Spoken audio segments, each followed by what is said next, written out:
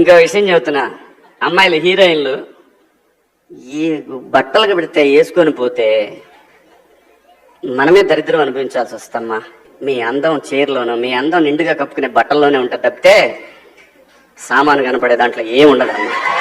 ఈ శివాజీ ఎంత దొంగ లంజా కొడుకు అంటే, నాంబిషన్ 10th క్లాస్ ఫెయిల్ అయిపోయిన లంజా కొడుకు. వాడు చెప్పడం మీరు వినడం, ఇదంతా సినిమా ప్రమోషన్ కోసం చేస్తున్న రాజకీయం. ఈ లంజా కొడుకుని ఎక్కడుంటే అక్కడ పేక నరకాలి. ఎందుకు చెప్తున్నానంటే, ఈ లంజా కొడుకుని రాజకీయాల్లో చితగదింగితే 10 సంవత్సరాల అజ్ఞాతంలోకి వెళ్ళిపోయి మొన్న సినిమాల్లోకి వచ్చి మంగపతి మొడలోపతి అని చెప్పి యాక్టింగ్లు దింగుతున్నారు. ఇంకా ఆడవాళ్ళు మీరు ఊరుకుంటే గనక ప్రతి సినిమా రిలీజ్ ఫంక్షన్ లో ఈ లంజా కొడుకులు వచ్చి ఆడపిల్ల ఎలా ఉండాలి, అలా ఉండాలి, అలా ఈ లంజా కొడుకు ఎవడండి ఆడపిల్లల గురించి చెప్పడానికి? శ్రీదేవమ్మ, జయసుధమ్మ, ఆమమ్మ, మొడ్డలమ్మ అని చెప్తుంది. సిలిక్ స్మిత, జయమాలని, జ్యోతిలక్ష్మి కనబడలేదా? సినిమా ఇండస్ట్రీ అనేది ఎక్స్పోజింగ్, ఫ్యాషన్. చీరలు కొట్టుకుంటే ఏ లంజా కొడుకురా సినిమా చూస్తారు?